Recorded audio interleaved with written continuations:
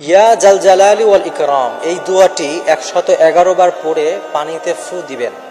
এরপরে পানিটা আপনার ঘরের চারপাশে ছিটিয়ে দিবেন।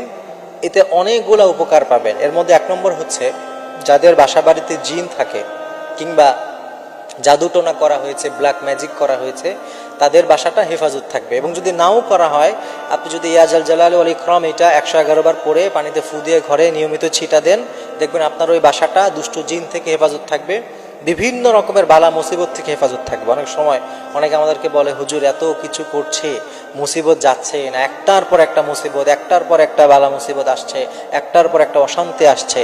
তা আপনি যদি চান আপনার সংসারটাকে, আপনার বাড়িটাকে সব ধরনের অশান্তি থেকে বাঁচাবেন, হেফাজত করবেন, তাহলে আপনি এই আমলটা করতে পারেন। এটা একটা আলেমদের বলে দেওয়া চমৎকার একটি আমল।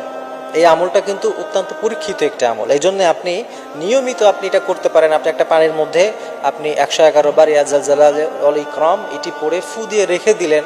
আপনার যখন যখন মনে হয় বা সময় পান, অথবা প্রতিদিন অন্তত একবার আপনি পানিটা একটু ঘরে ছিটিয়ে রাখলেন আশেপাশে, দেখবেন দুষ্ট জিন থেকে, শয়তান থেকে আল্লাহ তাআলা হেফাজত করবেন। অনেক রকমের বালা মুসিবত থেকে আল্লাহ তাআলা আপনাকে হেফাজত করবেন। এবং বিশেষ করে যাদের বাসায় ব্ল্যাক ম্যাজিক করা হয়, তাদের বাসাটা অনেক বেশি নিরাপদ থাকবে এবং আপনি অত্যন্ত শান্তি পাবেন আপনি এই কাজটা করলে। আল্লাহ তাআলা আমাদেরকে সব রকমের বালা মুসিবত থেকে হেফাজত করেন।